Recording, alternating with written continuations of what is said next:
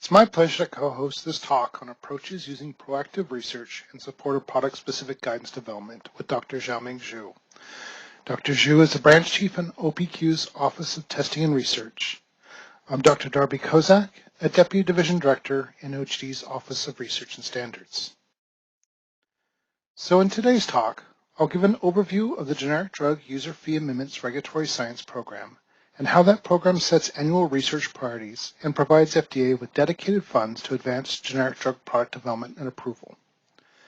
I will then give an overview of how the GDUFA research program impacts FDA's product-specific guidance program, in particular the development of PSGs for complex drug products.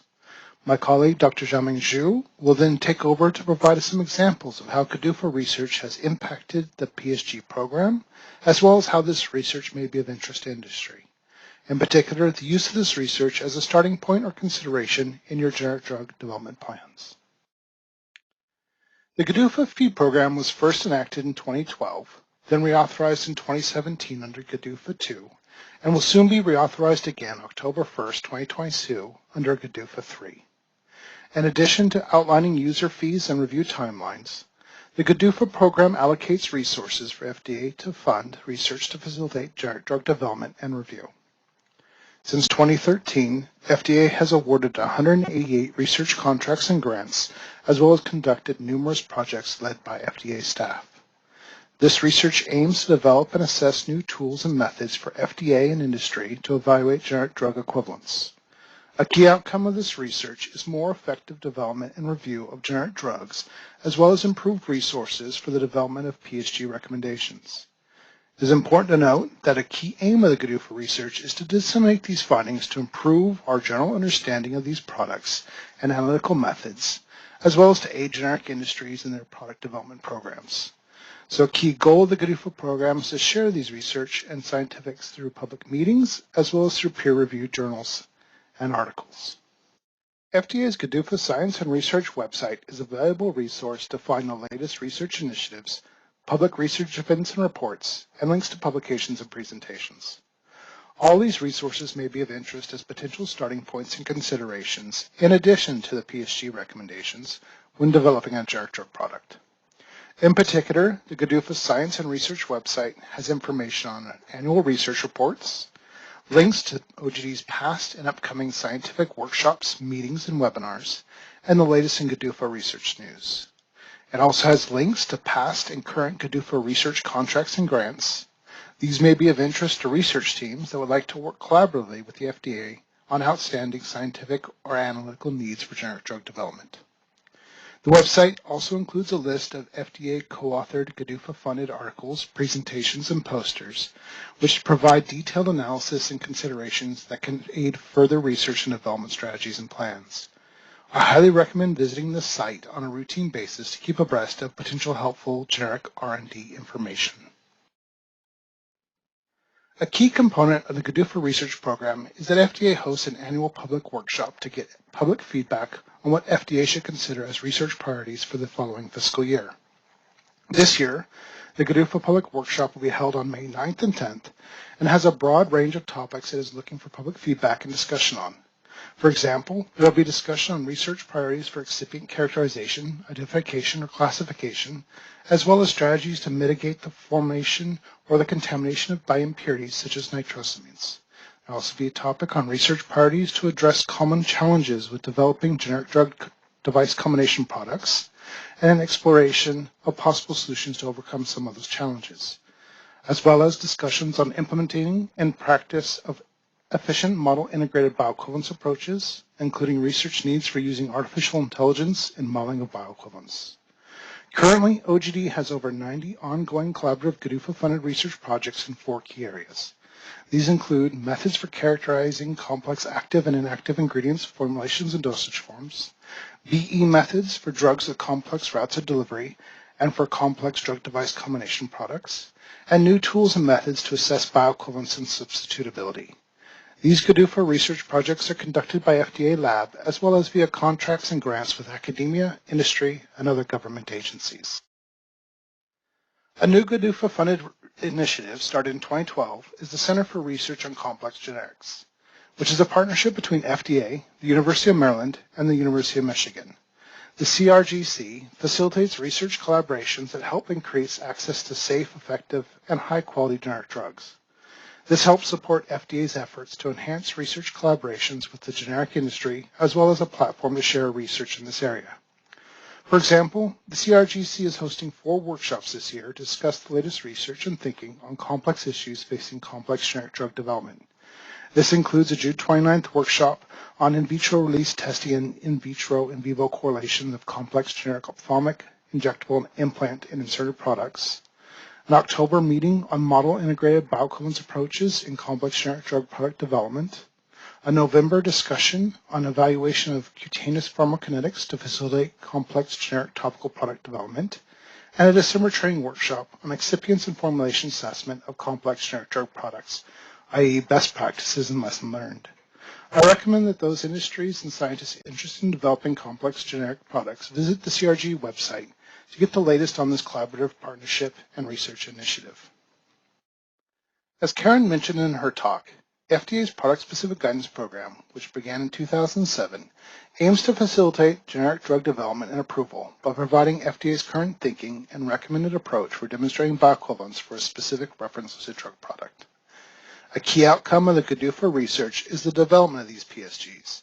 Xiaoming will speak more about how GDUFA research has been implemented and the value this research brings not only to the PSG development, but also to how industry can utilize that research in the development plan and how FDA can use these findings to help in the review of a submitted ANDA. It is important to note that PSGs are FDA's current thinking, and ANDA applicants can propose an alternative that deviates from the FDA-posted guidance, but that they should include justification for the alternative approach, including data and appropriate references.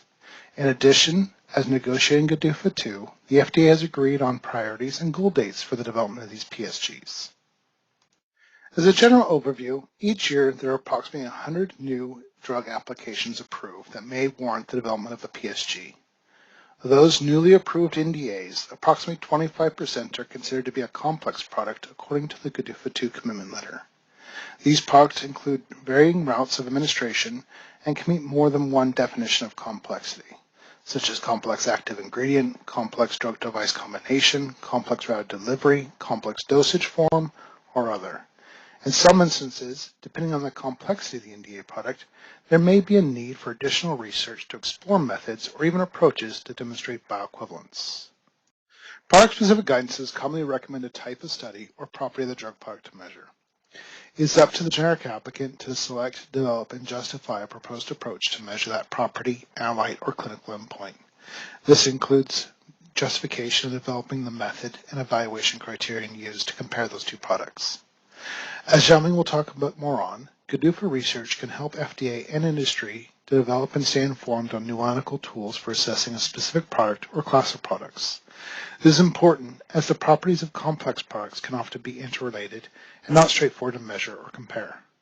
GDUFA research aims to reduce this potential scientific or analytical hurdle by providing more insight into the development of a recommended BE approach and provide industry with a starting point for their generic drug development program.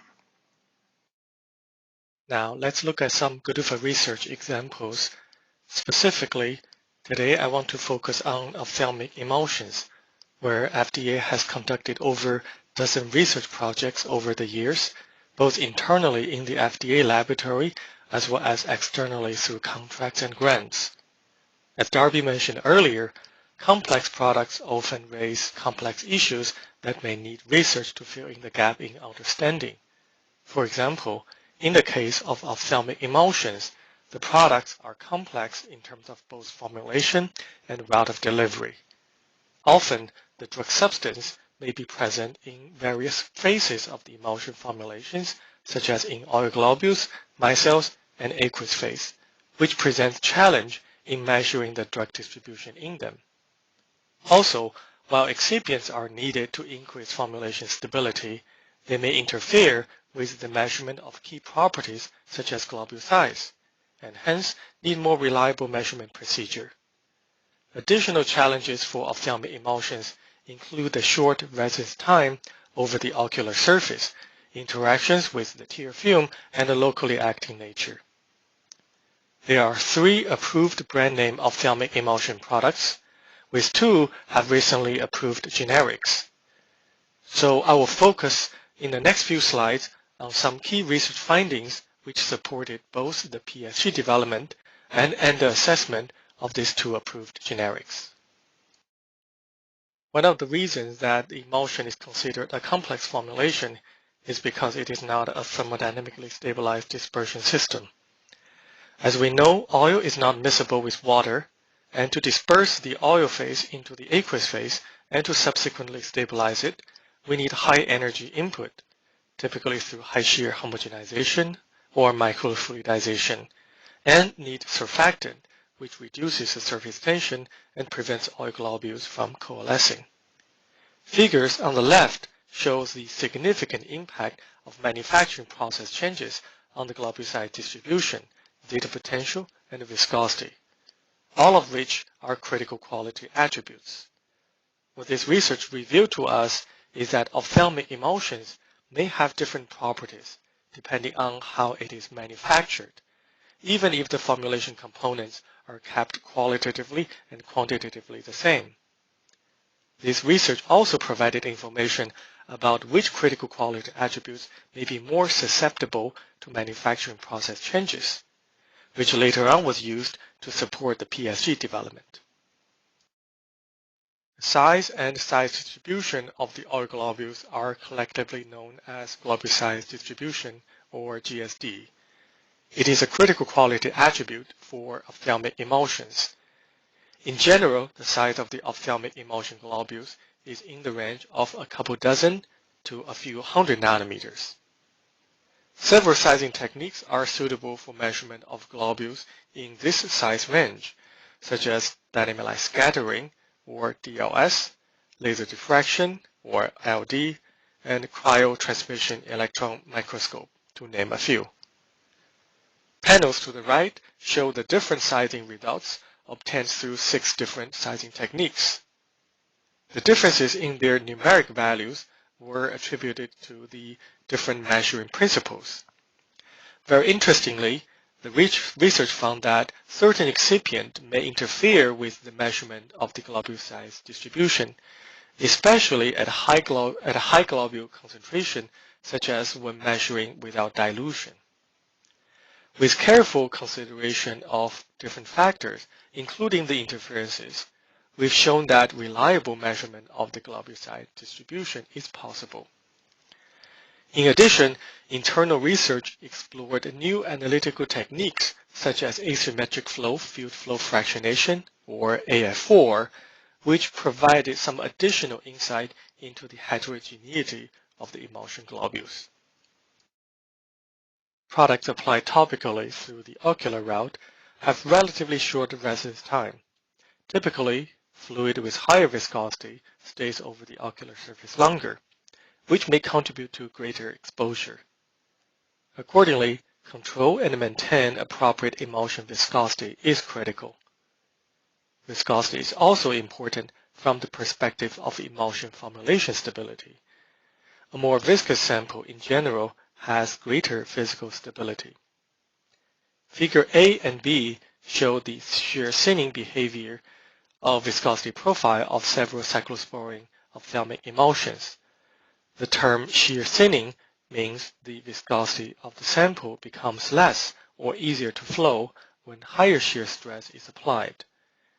Research has shown that the shear thinning behavior can be attributed to the viscosity enhancers such as carbomer. Measurement of the viscosity is typically done using rotating disc, as shown on the right, or rotating cylinder, which measures the drags of the fluid against the rotation.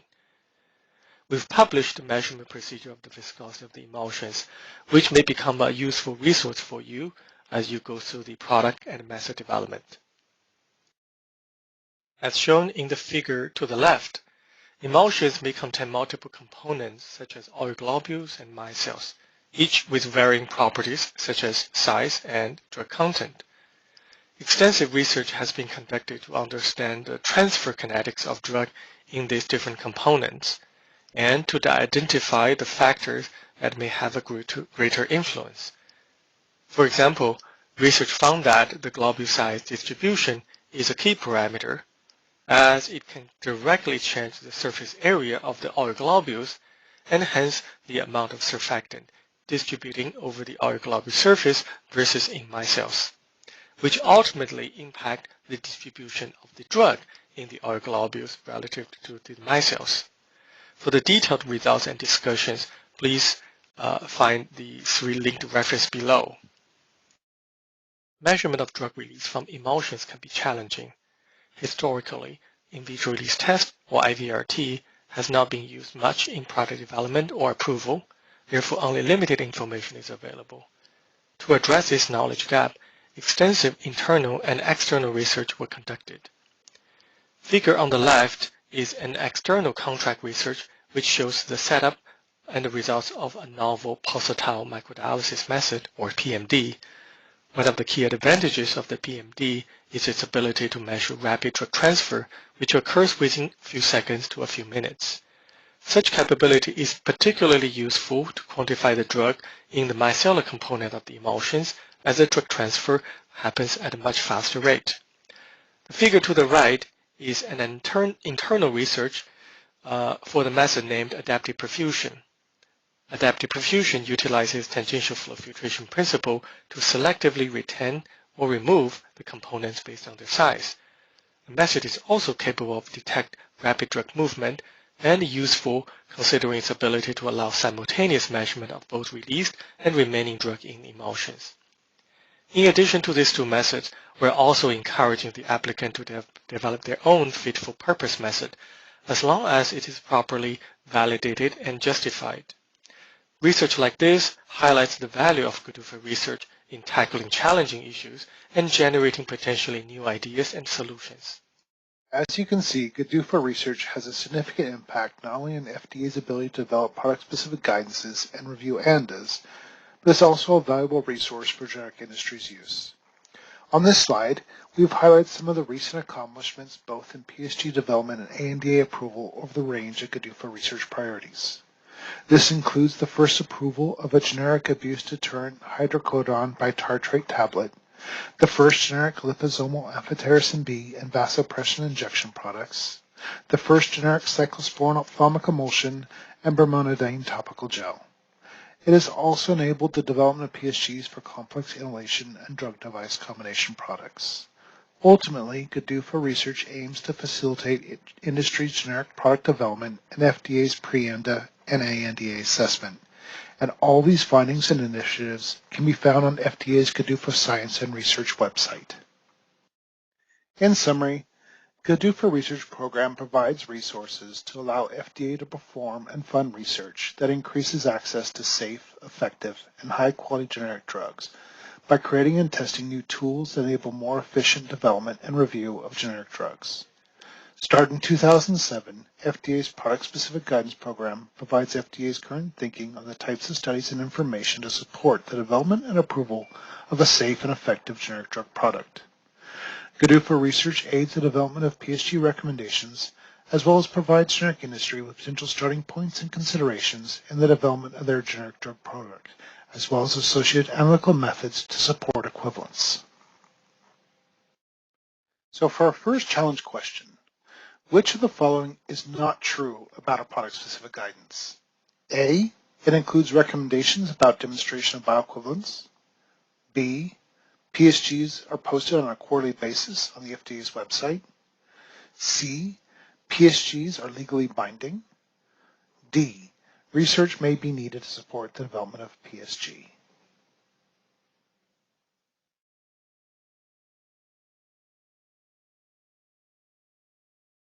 The answer is C.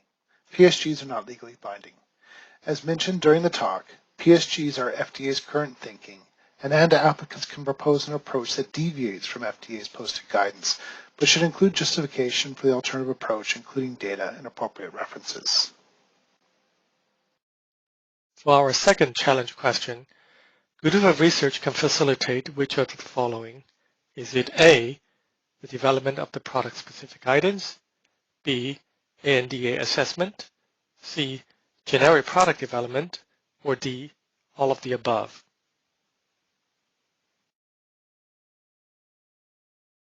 The answer is D, all of the above.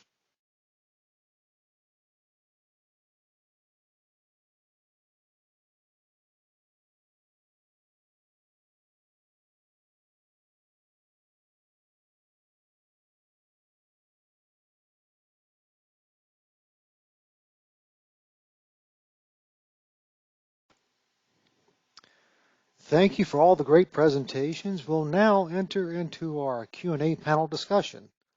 If you haven't had a chance to enter your questions into the Q&A chat pod, please do so now.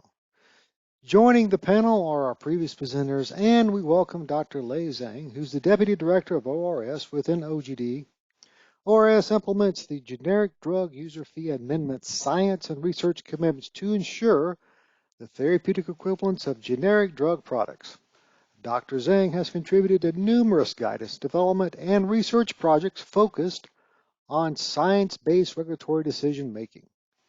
She is a rapporteur for the ICH M13 expert working group that is developing an M13 guideline to harmonize bioequivalent study design for immediate release oral dosage form drugs.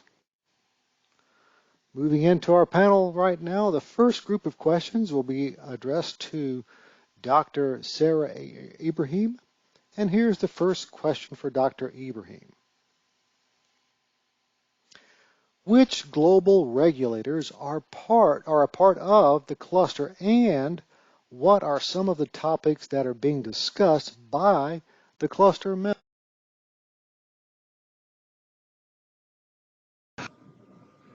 Thank you for the question. So currently, the cluster includes 6 regulatory agencies: FDA, EMA, Health Canada, MHRA, Swissmedic, and Israel Health Ministry. The topics that are discussed in the cluster vary, and they do address review challenges, product-specific guidances that are either being updated or being developed, but there is an emphasis currently on the discussion of complex generics.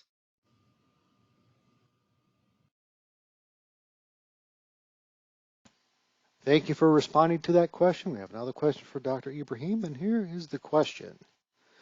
Is the timeline for the EMA FDA PSA pilot for complex generics different than the EMA FDA PSA for other products?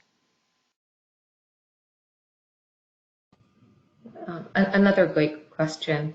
So let's first highlight that the goal of the PSA program is to provide a mechanism for EMA and FDA to concurrently consider and jointly exchange with applicants the agency's views on scientific questions during the development phase of hybrid and complex generic products.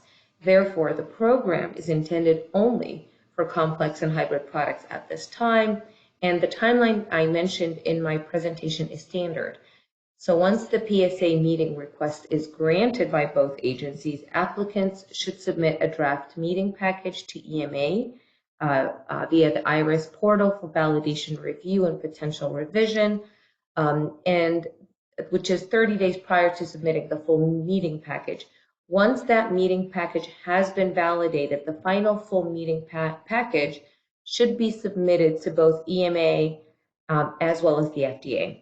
Now, the stage 2 of the PSA process generally corresponds to the 120-day timeline for the pre-ANDA meeting at the FDA, which does cover the 70-day timeline mandated by EMA Scientific Advice Working Party for their scientific advice process.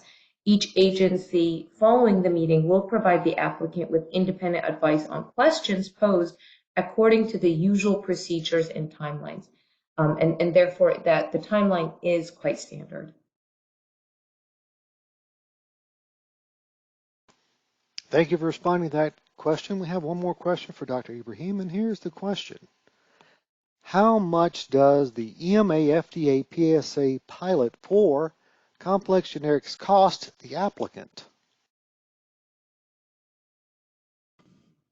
Thank you for that question, and I appreciate this particular question because I'm happy to respond that there is no cost to the PSA program.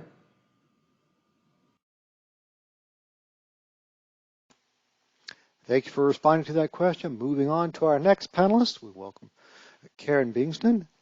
And here's the first question for Karen Bingston. For the development of our generic formulations, we have difficulties obtaining clear responses from controlled correspondences. Is there an alternative communication pathway as quick as a controlled correspondence, but faster than product development meeting?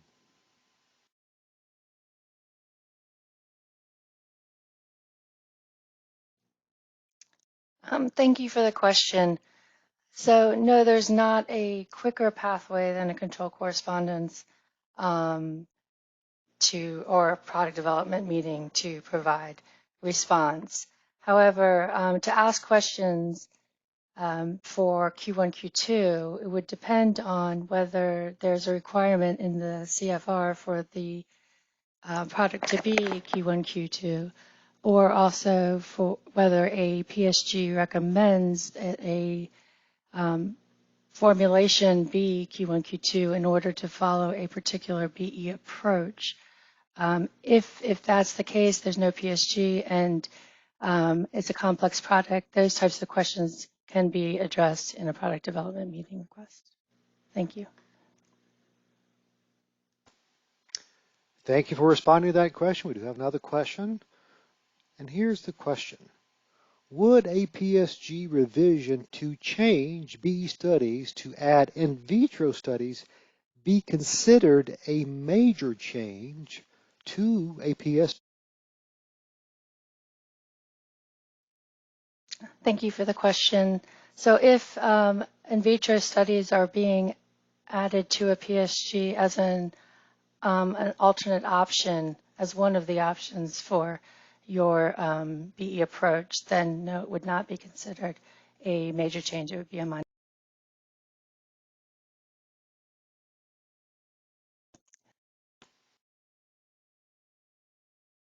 Thank you for responding to that question. We have one more question for Dr. Bingston in this round, and here's the question. Can you search results from the main PSG database using an Excel format, much like the newly added PSG page? Thank you for the question. Yes, you can search, but currently the limitation is that you can export to Excel from the main page, but based alphabetically. So on alphabetical lists of the active ingredient, you could export to Excel. That's the limitation right now. But we are continuously improving these search capabilities, and that could be an improvement that maybe comes in the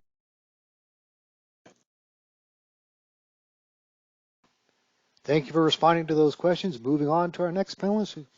The next few questions are for Dr. Xiaoming Xu.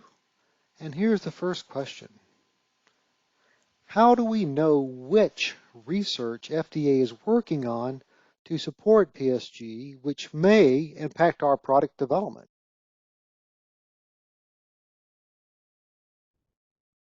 Thank you for the question. So in terms of research, FDA do publish what's going on internally and externally in terms of research from on the website. So as Darby and Karen mentioned earlier, the Good for Science and Research website is going to be a very useful resource.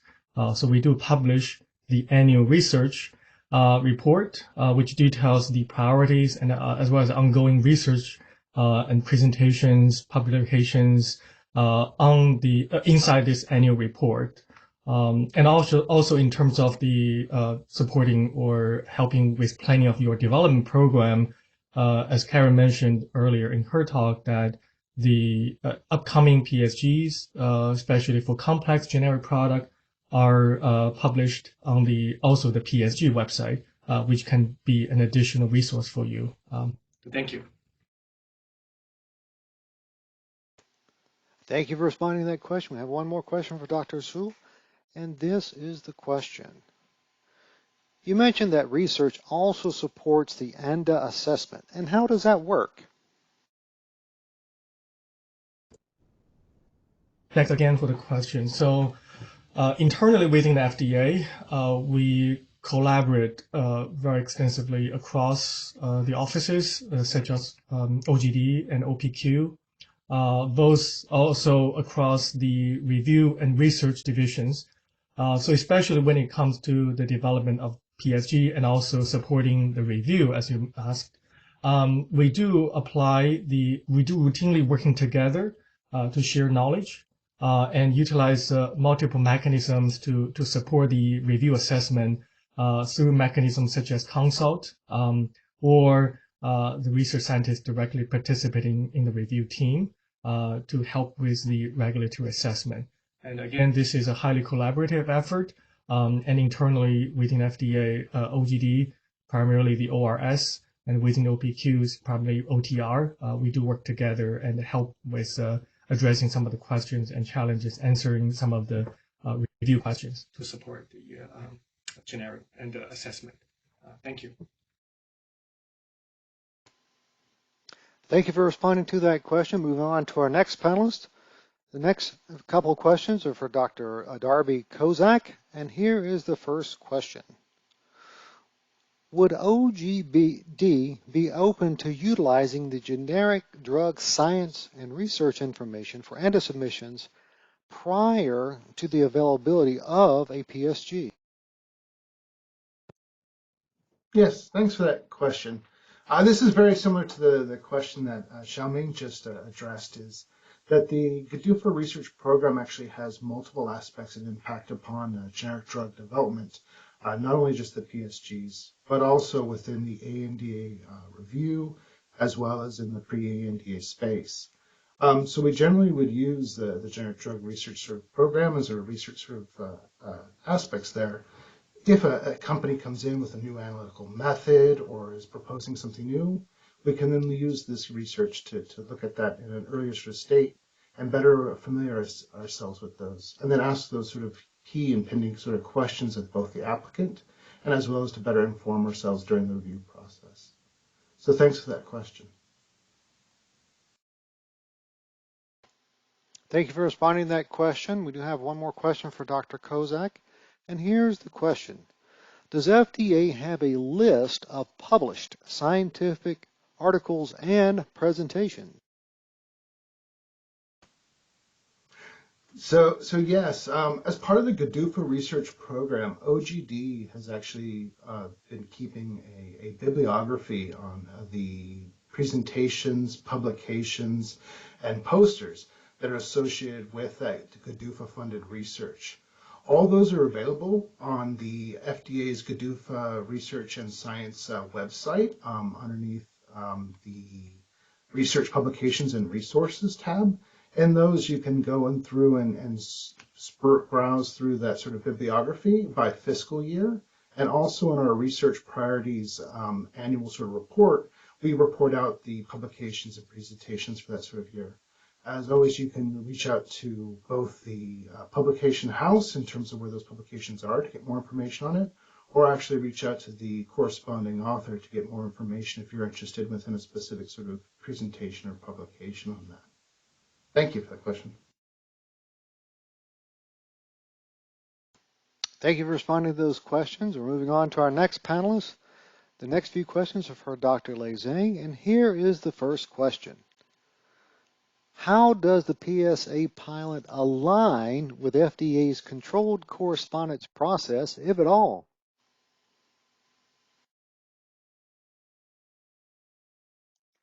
Yeah, thank you for the question. This PSA is very similar to our existing pre-ANDA meeting process for the complex products and is aimed to seek the opportunity to align with the EMA. So control correspond, it will be very similar. It also one of the communication tools or pathway that the applicant can use if they have specific question for their complex product. But for non-complex product, they can use the control correspondence. Our suggestion to the applicant is that they can decide on the types of question and to choose which mechanism they want to use to communicate with the FDA prior to the submission of ANDA. However, we suggest the applicant not to ask the same question under multiple pathway. For example, don't use both PSA and the pre-ANDA same time, or pre-ANDA and control same time, or PSA and control same time. Thank you.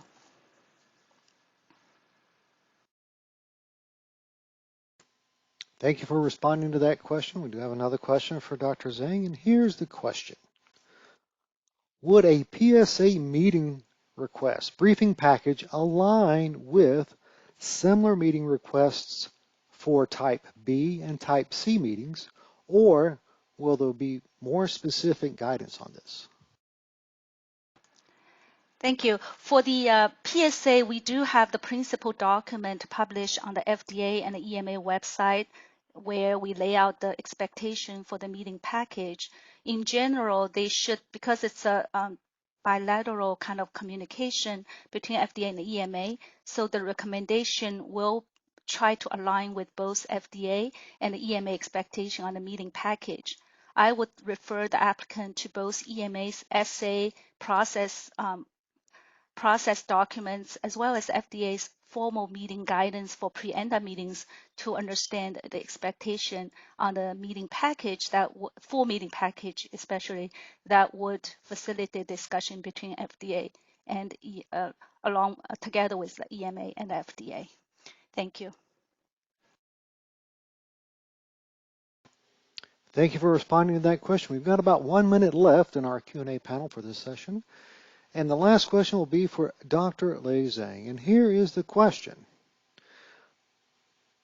When is the PSA meeting package due, if granted, and what information should be included in the package? Oh, this is very similar to the question before, as I answered, and I also believe Dr. Ibrahim also kind of briefly explained the timeline. So in the PSA process, there's a kind of two-step process. They would develop a draft package after the meeting is acceptable by both EMA and FDA. Then the EMA would validate the meeting package. Then it will become the full package. After the full package is developed, then the meeting timeline will start. And as I explained, the applicant really need to follow both EMA and FDA's recommendation on what are the expectations for the meeting package.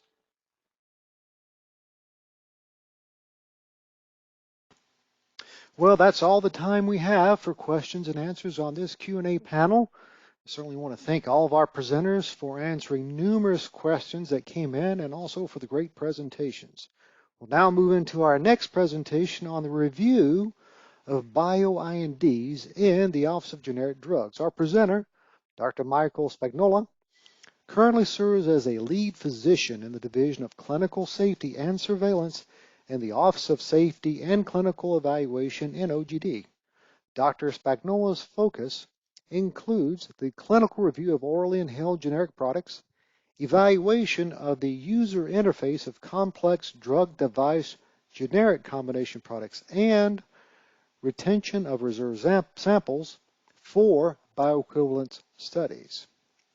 Our final presenter before the Q&A panel in this session will cover an overview of the pre-ANDA meetings. Our presenter, Dr. Susan Hakim, is a Regulatory Health Project Manager in the Office of Research and Standards in CDER. Susan completed a postdoc ORISE fellowship in ORS and has experience in research and supporting drug review teams across a wide range of therapeutic areas. She represents CDER on several committees and working groups, including efforts related to the complex product database, generic combination drug products, diversity and inclusion, and as well as scientific and policy issues. Please welcome our first presenter, Dr. Spagnola.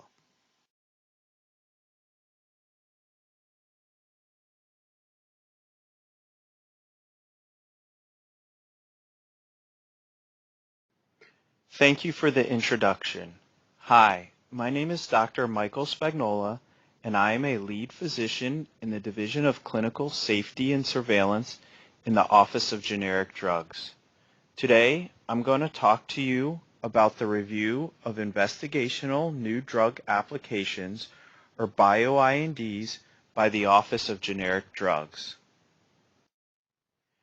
This is a disclaimer that this presentation reflects the views of the author and should not be construed to represent FDA's views or policies.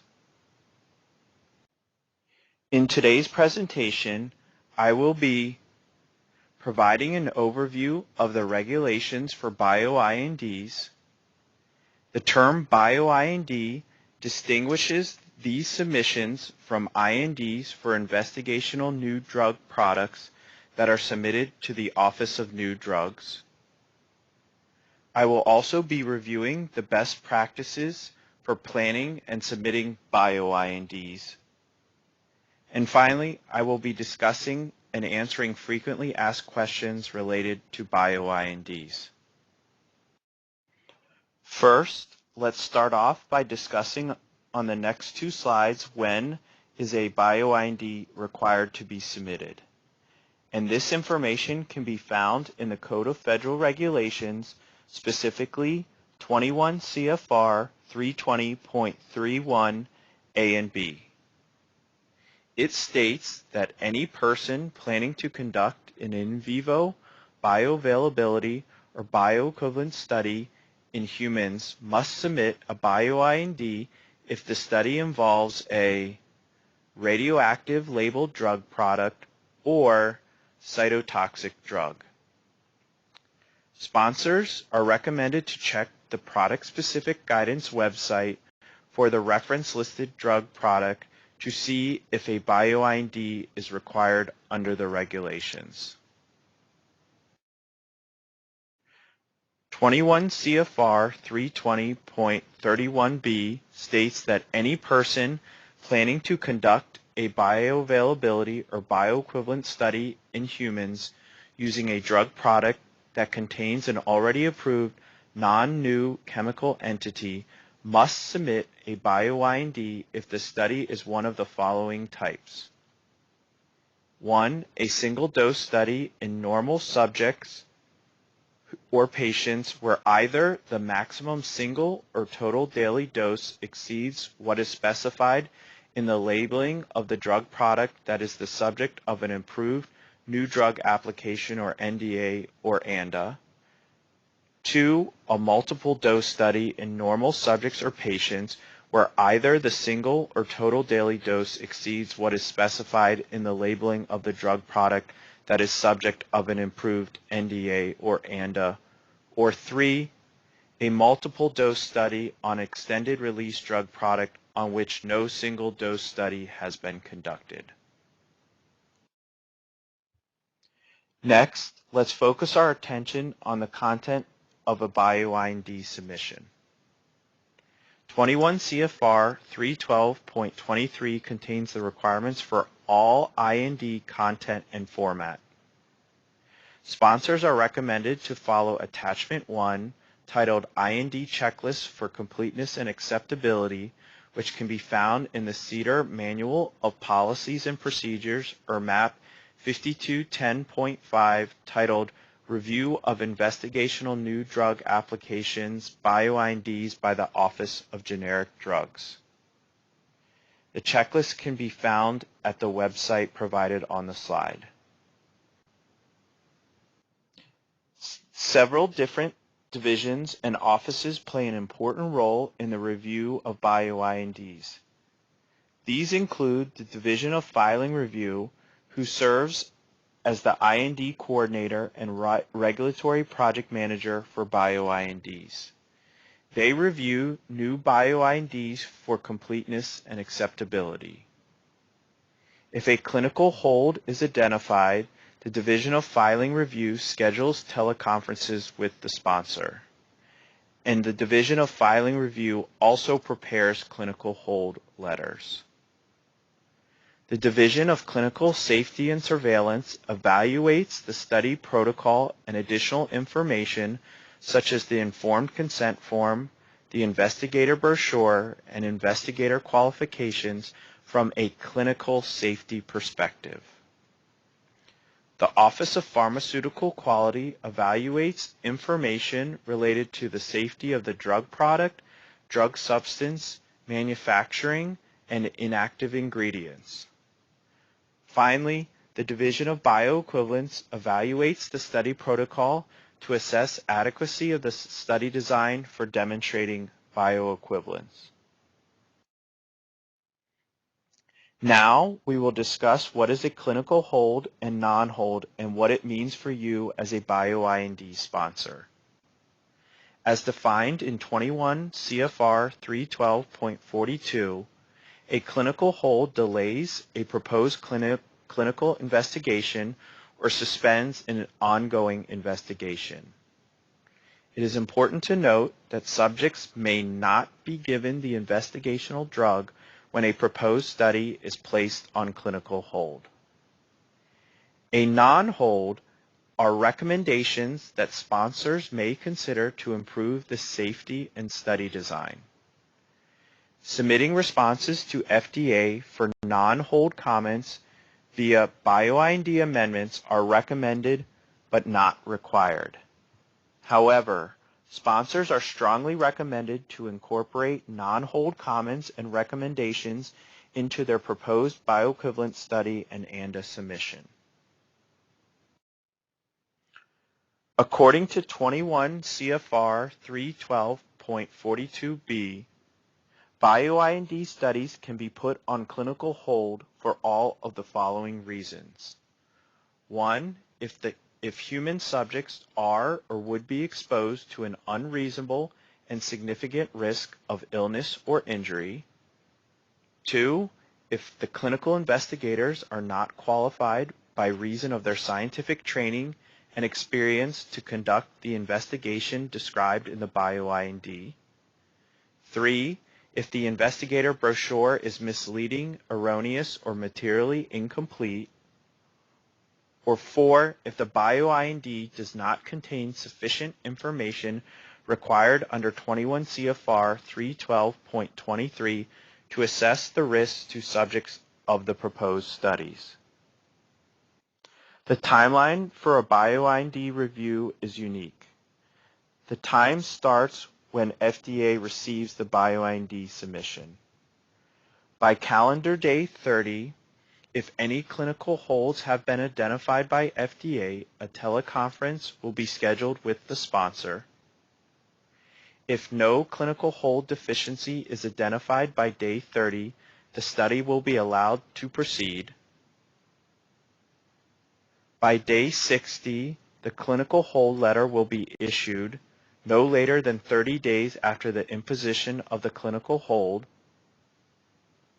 Because the Division of Bioequivalence Review is not part of the mandatory safety review as outlined in the Code of Federal Regulations, non-hold comments and recommendations from the Division of Bioequivalence regarding the adequacy of the study design for demonstrating bioequivalence are not confined to the dates listed above and may be sent after day 60.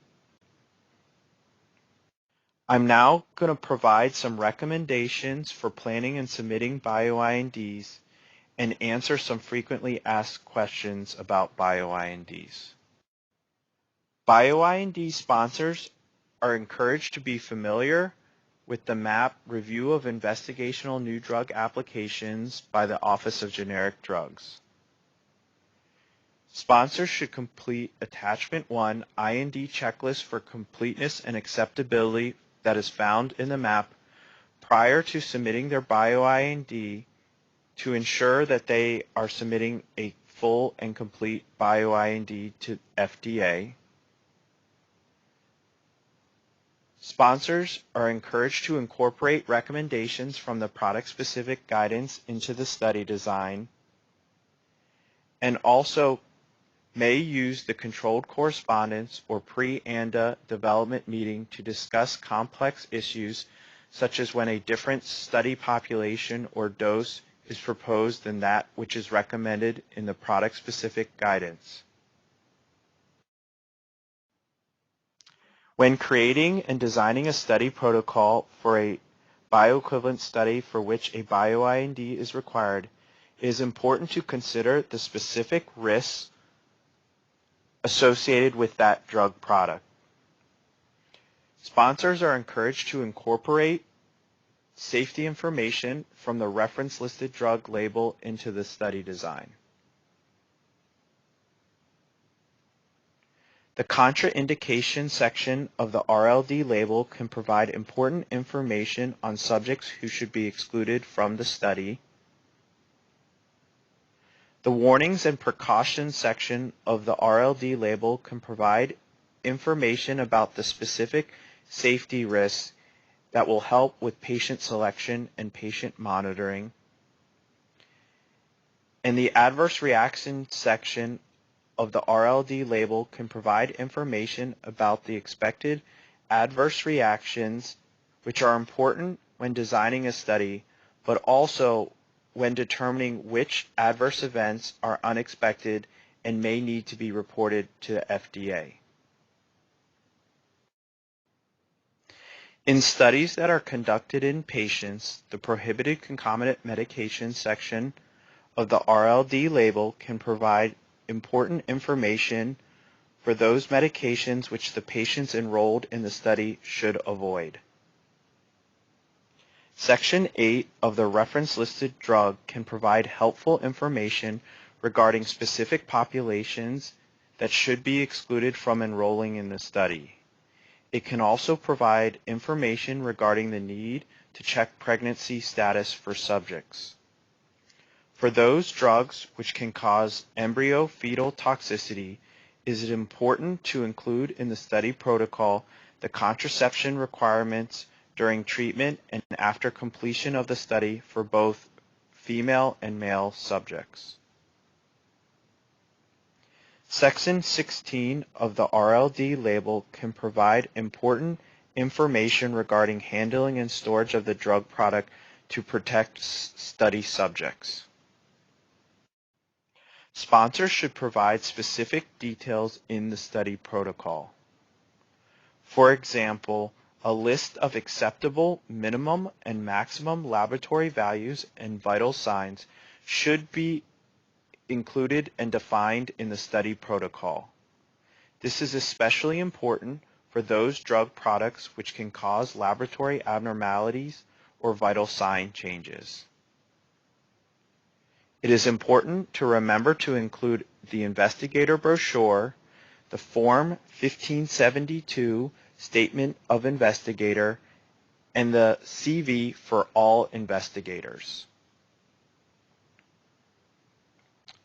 Sponsors are encouraged to use language that subjects will understand in the informed consent documents.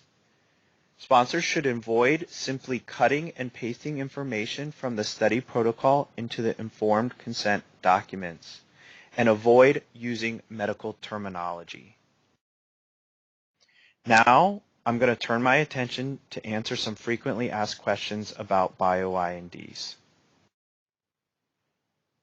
First question is, what are the requirements for safety reporting for a bioequivalent study conducted under a Bio-IND? Sponsors should refer to 21 CFR 312.32 and the draft guidance for industry titled Sponsor Responsibilities, Safety Reporting Requirements, and Safety Assessment for IND and Bioavailability Bioequivalent Studies that was published in June 2021 for additional information and details. For Bio-INDs, serious, unexpected, and causally related adverse events must be reported to FDA via a Bio-IND safety report. Adverse events must meet all three criteria to be reported to FDA. Those adverse events that are expected based on the labeling and study population for subjects enrolled in bioequivalent studies conducted under a Bio-IND do not have to be reported to FDA. Those adverse events that are unexpected, fatal, or life-threatening and meet all three criteria mentioned previously should be reported to FDA within 7 calendar days. For those adverse events that are non-fatal or non-life-threatening and meet all three criteria previously mentioned should be reported to FDA within 15 calendar days. Next question is, does a Bio-IND have to be submitted for a bioequivalent study that will be conducted entirely at non-US study sites? The answer is 21 CFR 320.31 describes the applicability of requirements for the submission of INDs submitted for BA and BE studies. Additionally, 21 CFR 312.120 describes the conditions under which FDA will accept foreign clinical studies not conducted under an IND as support for an application for marketing approval, including ANDAs. And as FDA will assess during the review of the ANDA whether the conditions of the regulations have been met. Final question is, a BE study that was previously submitted under a Bio-IND needs to be performed again with minor changes such as adding a new investigator to the study protocol. Is a Bio-IND amendment required? The answer is yes. A Bio-IND amendment should be submitted. And you can refer to 21 CFR 312.30 and the website listed for additional information and details. In general, a Bio-IND amendment is required for a new study protocol, changes to existing study protocol affecting the safety of subjects, scope of investigation, or scientific quality of study, and when a new investigator is added. I now have some challenge questions. First one is, all serious adverse events for a BE study conducted under a Bio-IND must be reported to the FDA. True or false? Take a moment to consider which answer you think is correct. For those of you who thought the correct answer was false, you are correct. For Bio-INDs, adverse events that are serious, unexpected, and there is a reasonable possibility that the drug caused the event must be reported to FDA via a Bio-IND safety report. Please note that the requirements for safety reporting for Bio-INDs are different than those for IND-exempt BA and BE studies. The next question is, which of the following statements are best practices that sponsors should follow when planning and submitting a Bio-IND? A, use the IND checklist for completeness and acceptability to ensure the Bio-IND submission is complete. B, incorporate recommendations from the product-specific guidance into the study design. C, incorporate safety information from the RLD label into the study design. D, utilize a controlled correspondence or pre-ANDA develop meeting to discuss complex issues related to study design. Or E, all of the above. Take a moment to consider which answer you think is correct.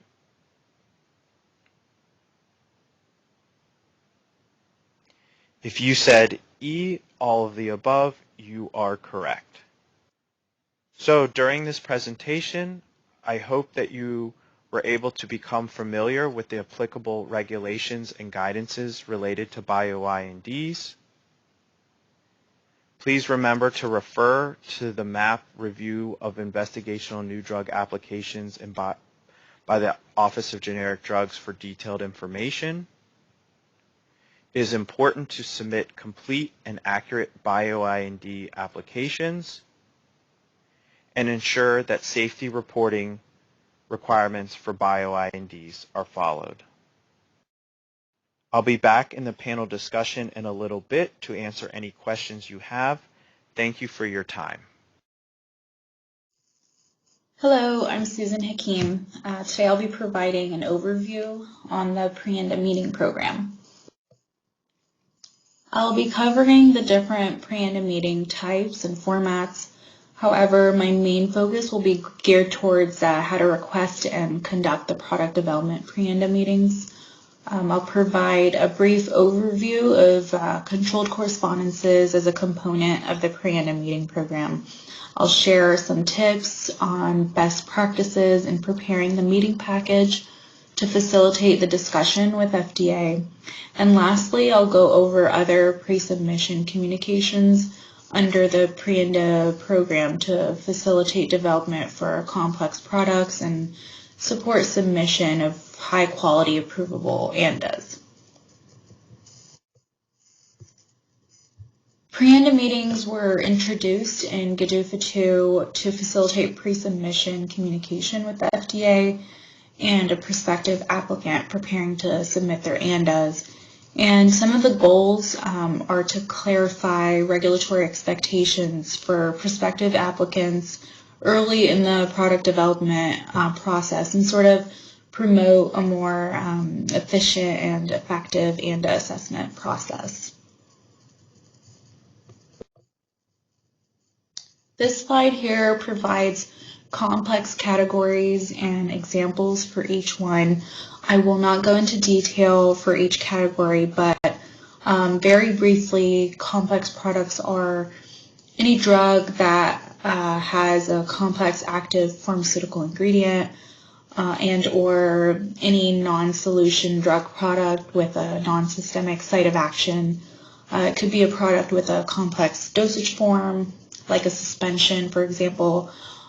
Could be a complex drug device combination product, like an auto-injector, for example.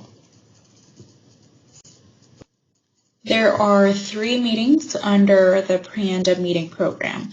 2 of them occur before ANDA submission and 1 of which occurs after ANDA submission. The 2 that occur before are the product development and pre-submission meetings, and the one that occurs after is the mid-review cycle meetings. I will not be focusing on the mid-review cycle meetings today. There are 2 types of pre-ANDA meeting submissions. First is the product development, and second is the pre-submission meeting. The product development meetings allow for discussion of specific scientific issues or questions in which FDA will provide targeted advice regarding the development program. The prospective ANDA applicants should have enough knowledge of the complex drug product to allow FDA to provide feedback that will advance development. And some ANDA applicants may request more than 1 product development meeting. However, FDA recommends no more than 1 for a specific complex product per year. The pre-submission meetings are a little similar. They discuss the content and format of the ANDA to be submitted. We provide advice to enable an efficient review so that there is a better chance that it gets approved within the first cycle. Pre-submission meetings will not review summary data or full study reports.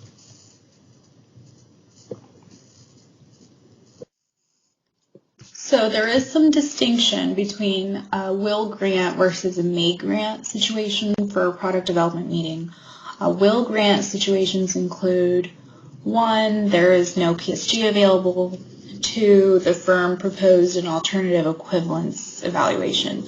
And then other terms are that the meeting package needs to be complete, a controlled correspondence wouldn't address the prospective ANDA applicant's questions.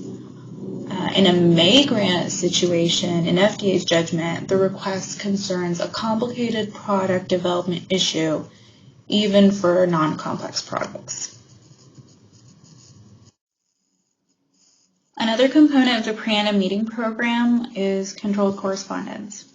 There are 2 types of controls. The first one is a standard controlled correspondence, which has a 60 calendar day review clock.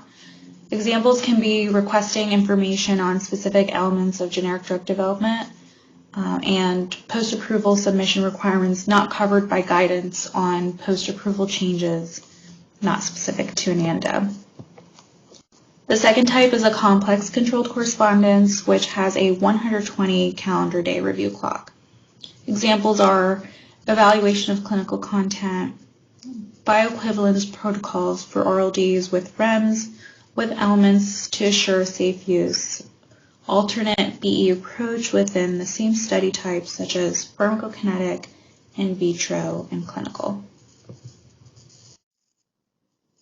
When should a prospective applicant submit a controlled correspondence versus a pre-ANDA meeting request? Examples of when to submit a controlled correspondence are when an applicant is asking a single or small group of closely related questions, or maybe after your product development meeting was held, you're seeking further clarification or you have new questions related to what was discussed at the meeting. Responses will be provided within 60 calendar days for a standard and 120 calendar days for a complex control. Pre-IND meetings should be requested when there are multidisciplinary questions that can't be adequately addressed in a controlled correspondence. FDA may grant for a non-complex product. However, we ask that you don't submit the same questions that you submitted in both the controlled correspondence and a pre-IND meeting at the same time. To submit your meeting request, you first need to obtain a pre-assigned ANDA number. The link is provided here. And the meeting package needs to be submitted via the CDER Direct Next-Gen Collaboration Portal. And here's a photo of what the portal looks like when you're making your submission. Now you're submitting your pre-IND meeting request. For a product development meeting, provide specific proposals and questions supported by appropriate data and scientific justification. And for a pre-submission meeting, provide an outline for your unique, novel, or complex aspects of your upcoming submission. And if you have any specific questions, provide appropriate background material and data related to those questions. Here are some tips for your meeting package format and content. Each question is followed by a corresponding justification, rationale, or data to support discussion as applicable. The questions are grouped by discipline. Each question is clearly numbered. And you can refer to the final guidance for industry for a lot more information on the format and content. The link is provided here. And some of the common reasons for denials may include things like an incomplete or inadequate meeting package, or it needs to be resubmitted as a controlled correspondence, or maybe it's outside of the scope of the commitment letter. This slide lists more tips on the format and content of your meeting package. Read all applicable guidances, ask very specific questions about your study design or proposed methods, give preliminary data to support your proposal, and we ask that you please do not just data dump. We've seen 1,000-page meeting packages. They're not helpful. It dilutes the focus and it wastes yours and the reviewer's time. And we also ask that you do not ask any review issues. They can't be commented on without seeing the full submission. There are 3 formats of meetings: written response, a teleconference, and a face-to-face meeting. CDER is leveraging technology to host virtual meetings rather than in-person meetings with industry during the COVID-19 public health emergency.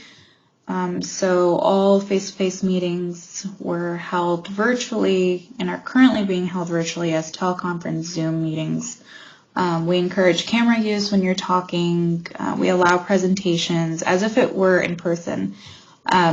This is different from the original teleconference meeting previously, which was a call or voice-only meeting with no presentation needed. Okay, your meeting has been granted. Once your meeting has been granted, a project manager is assigned as the point of contact. The will grant scenario typically defaults to whatever format was requested in the meeting package, given it meets the criteria, like it's a complex product, a PSG is unavailable, the alternative approach was proposed. However, in a may grant scenario, FDA will select the most appropriate format. The format of the meeting plus if you've canceled a meeting after receiving preliminary responses would not impact whether you qualify for a mid-review cycle meeting. And I would also like to note that on occasion, a prospective applicant may suggest a written response meeting, for example, but FDA may convert the meeting to a teleconference if OGD determined that the meeting format was warranted based on the questions and information that was submitted in the meeting package. Once your meeting is granted, FDA staff will review the meeting package and they may request consults from other disciplines, and they may also send information requests as needed. An IR letter is issued via the portal, and it could be issued at any point in the assessment of your meeting. However, we strive to issue the IR as early as possible. FDA will also issue preliminary responses to your questions submitted in your meeting package based on the agency's current thinking. Preliminary responses are issued approximately 5 calendar days before your scheduled meeting. To hold a productive meeting, you may submit presentation material. However, it's not required. The FDA asks that it's submitted via the portal at least 48 hours prior to your scheduled meeting. You shouldn't generate any new questions. And a lot of times, if we've answered all of your questions in the preliminary responses, you may opt to cancel your meeting if you feel that your questions have been adequately addressed. Okay, meeting day has arrived. Meetings are typically an hour long. The discussion should focus on clarification of the agency's preliminary responses. The hour is really yours to use as you please, so participants will usually discuss the questions and data and the responses that were provided. Please keep in mind, FDA does not address or discuss new data or questions that were not presented in the original meeting package. In FY 2021, the total number of pre-ANDA meetings we received was 107. We granted 82, denied a total of 25, and a total of 7 pre-ANDA meetings were withdrawn. And you can see the corresponding percentages depicted. The last item I'll discuss today is a new pilot that was launched in September 2021. It's called the Parallel Scientific Advice, or PSA program. This is a voluntary program. EMA and FDA established the PSA program for applicants developing hybrid complex generic products to jointly exchange agencies' views on scientific questions. The applicant may use the PSA program to determine whether a study design might be acceptable to both regulatory agencies. Studies that may benefit from the PSA process include comparative non-clinical and comparative clinical studies involving innovative bioequivalence study designs and the use of methodologies such as modeling and simulation. You can refer to the PSA principles document. The link is provided below for more information. Now we've reached the end of the presentation and our first challenge question. Which type of pre-ANDA meeting does not include a substantive review of summary data or full study reports? A, pre-submission meeting, B, product development meeting, or C, mid-review cycle meetings? And the answer is A, pre-submission meetings. The second challenge question is, which of the following factors will not grant a prospective applicant a product development meeting? A, the development of a complex product. B, the meeting package is incomplete. C, a controlled correspondence will not adequately address the question. Or D, the PSG is unavailable. And the answer is B, incomplete meeting package. So we talked about one of the criteria is the meeting package needs to be complete. Here are several links to some helpful resources that you may refer to. And that concludes my presentation. Thank you for your time.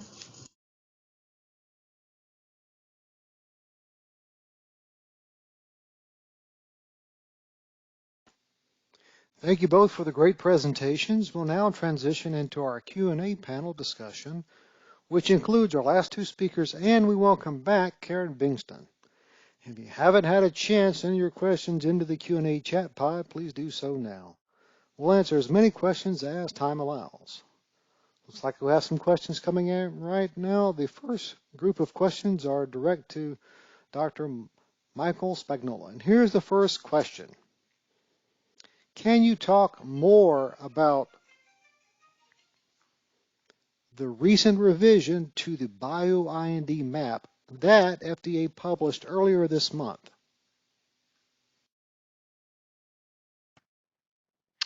Thank you for that question. On April 14th, 2022, FDA published a revision to the map 5210.5, the review of investigational new drug applications, or Bio-INDs, by the Office of Generic Drugs.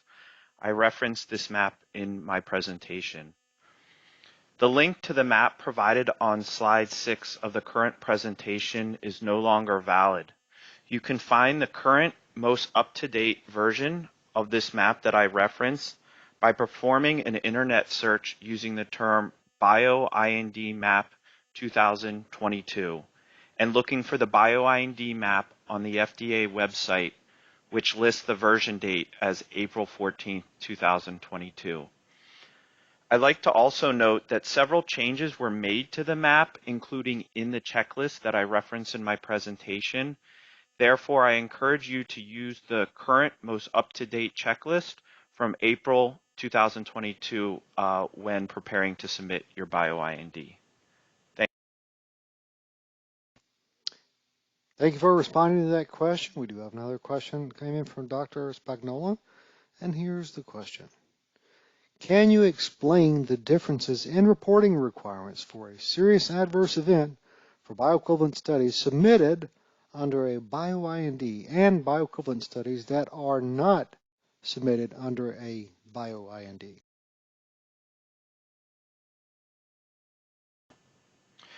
Thank you for that question, and it's a good one because I think there are some similarities but also some differences, so I'll try to review it again and make it clear. So for bioequivalent studies that are conducted under a Bio-IND, the applicable regulations are 21 CFR 312.32.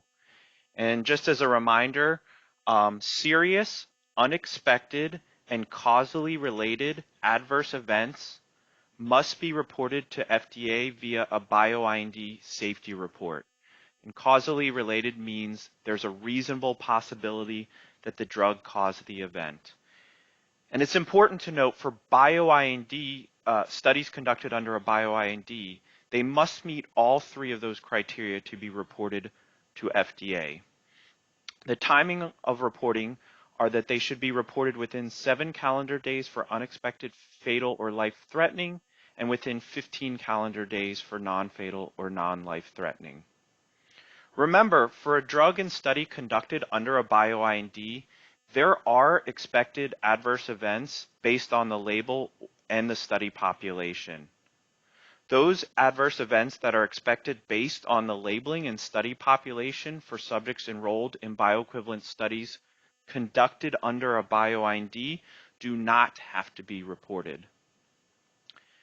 Now focusing my attention on the Bio-IND studies that are not conducted under a Bio-IND, the bioequivalent studies not conducted under a Bio-IND or IND exempt, the applicable regulation for safety reporting is 21 CFR 320.31D3. And for these studies, any serious adverse event conducted in the U.S. must be reported to the FDA via a form FDA 3500A and sent via email to the OGD pre-marketing safety reports mailbox. The serious adverse events for these types of studies must be reported regardless of causality or treatment arms, and the reports should be unblinded before submitting. Thank you. Thank you for responding to that question. We have one more question for Dr. Spagnola in this round, and here's the question. If a sponsor wants to use a different study to design, for example, different number of study doses, study population, etc., than what the product-specific guidance recommends, how do sponsors obtain FDA's feedback on our proposed study design and/or study protocol? Thank you for the question. So sponsors are recommended to use the controlled correspondence or pre-ANDA product development meeting process to receive feedback on their proposed study design. Sponsors should include all relevant information, including the full study protocol, in their questions, ask specific questions, and provide justification in their requests. Thank you. Thank you for responding to that group of questions. We've got some questions coming in for Dr. Susan Hakim, and here's the first question for Dr. Hakim. Can you please share a specific example where the applicant can submit more than one PDVM?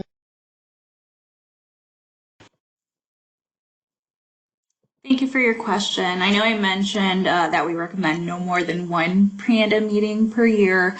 However, we know that there may be no requirements and you will likely need more advice as you progress through your product development.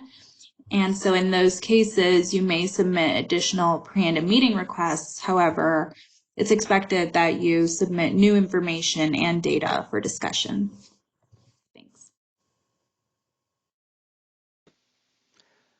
Thank you for responding to that question. The next question is also for Dr. Hakim, and here's the question. If my meeting request is denied, will I be told why and what I need to do to get feedback, and what do I need to do to get feedback from the agency?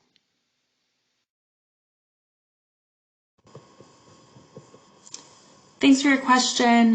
Yes, in the denial letter, FDA will provide you with the best path forward.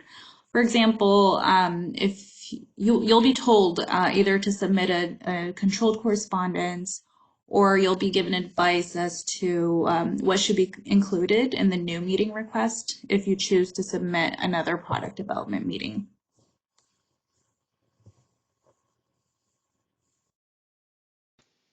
Thank you for responding to that question. We've got another question for Dr. Hakim, and here it is. When will face-to-face meetings resume?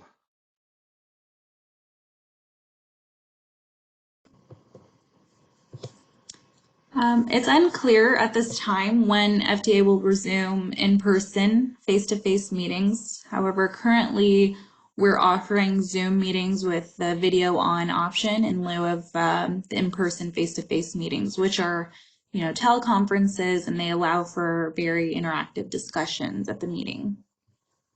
Thank you.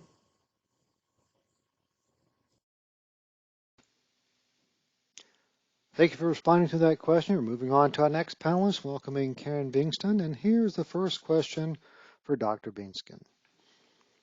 Could you please confirm if the product is not a complex product, but the route of delivery is complex, and also applicable for CGT designation? Can we submit pre-ANDA meeting request?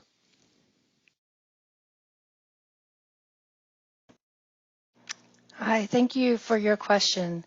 So firstly, there are multiple categories of complex products, and routes of delivery is one of those categories that would qualify for a pre-ANDA meeting request. So if your product has a complex route of delivery, you would be eligible for a pre-ANDA meeting if you have if there's no PSG posted, or if you're proposing an alternative approach to the PSG recommendations. Thank you. Thank you for responding to that question. We did have another question for Dr. Bingston, and here's the question. How can we ask the FDA to change product-specific guidance for generic product? And is controlled correspondence acceptable to FDA? So thank you again for this question. So if you wanted to request a change to a product-specific guidance, the draft product-specific guidance, you have the option to submit a BE comment to the docket for that PSG. Also, you can submit, if you're proposing an alternative approach to what is recommended in the PSG, you can submit a control correspondence to ask about your question for the alternative approach. Additionally, if you decide to deviate from what's recommended in a product-specific guidance, you can submit the justification and data to support that with an ANDA submission. Thank you for responding to that question. We have another question for Dr. Bingston, and here it is. What do we do if we receive notice a discrepancy in our understanding of the meeting discussion and what was recorded in the meeting minutes? Thank you for that question. If you notice a discrepancy in the meeting discussion that's captured within the meeting minutes, the recommendation is for you to reach out to your project manager that's associated with that meeting. If the additional clarification is needed to the meeting minutes, we recommend that you submit within 10 days of receiving the meeting minutes a request for clarification in writing. And the process for clarification is only for FDA meeting minutes. So if you notice that there's an issue that's not addressed based on it's a clarification question, it's not a clarification of the meeting minutes themselves, you would need to submit a new control correspondence or a pre-end meeting request if that was the appropriate route for any follow-up. So it's only applicable to discrepancies or clarifications of the actual meeting discussion.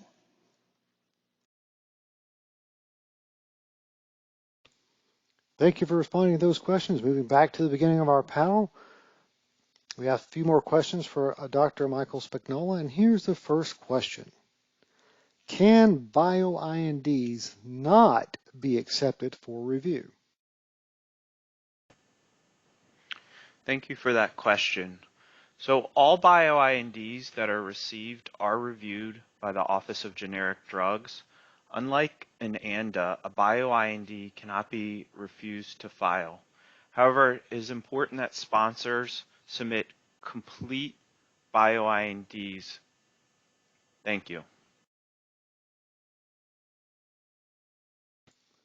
Thank you for responding to that question. We do have another question for Dr. Spagnola, and here's the question. How and when are sponsors notified when their Bio-IND is put on clinical hold?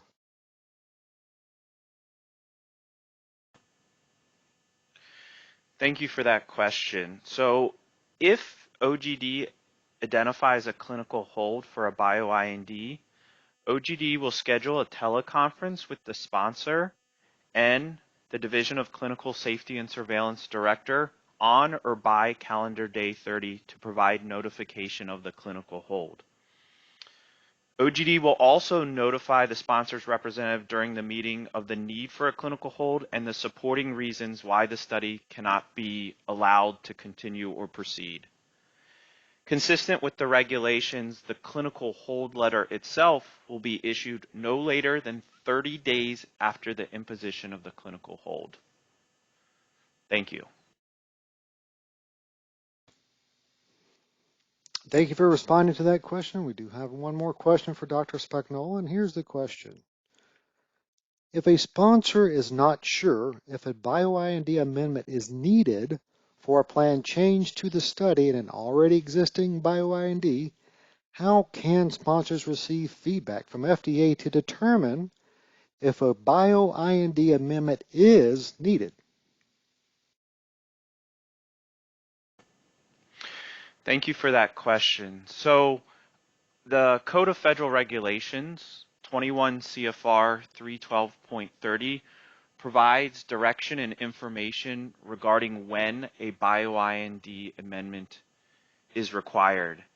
If after reviewing those regulations it still remains unclear, then the Bio-IND sponsor is recommended to send an email to the regulatory project manager, the IND coordinator, which is within the Division of Filing Review within the Office of Generic Drugs, with their specific question seeking clarification on whether a Bio-IND amendment is needed. In that email, we suggest that sponsors should provide a clear and full description of all of the proposed changes that are being planned to be made to the study, along with the specific questions that they would like for the agency to answer. Thank you. Thank you for responding to that question. Looks like we have just a couple minutes left. We'll try to squeeze in one more question. And our last question will be for Karen Bingston. And here's the question. Does an ANDA with CGT designation granted by FDA qualify for a pre-ANDA product development meeting? Thank you for that question. So if you have received CGT designation in your pre-submission stage, you can submit a product development meeting request. If it's a non-complex product, we will consider multiple factors to decide whether to grant or deny a CGT meeting that involve the complexity of developing an ANDA for a specific drug, potential health impact, and also impact on FDA resources and other commitments. But it's not a guaranteed grant. We take those items into consideration when making a determination.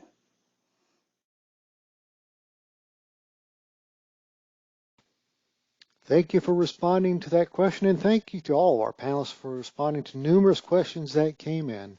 We're just about out of time, and we'll now transition into our lunch break.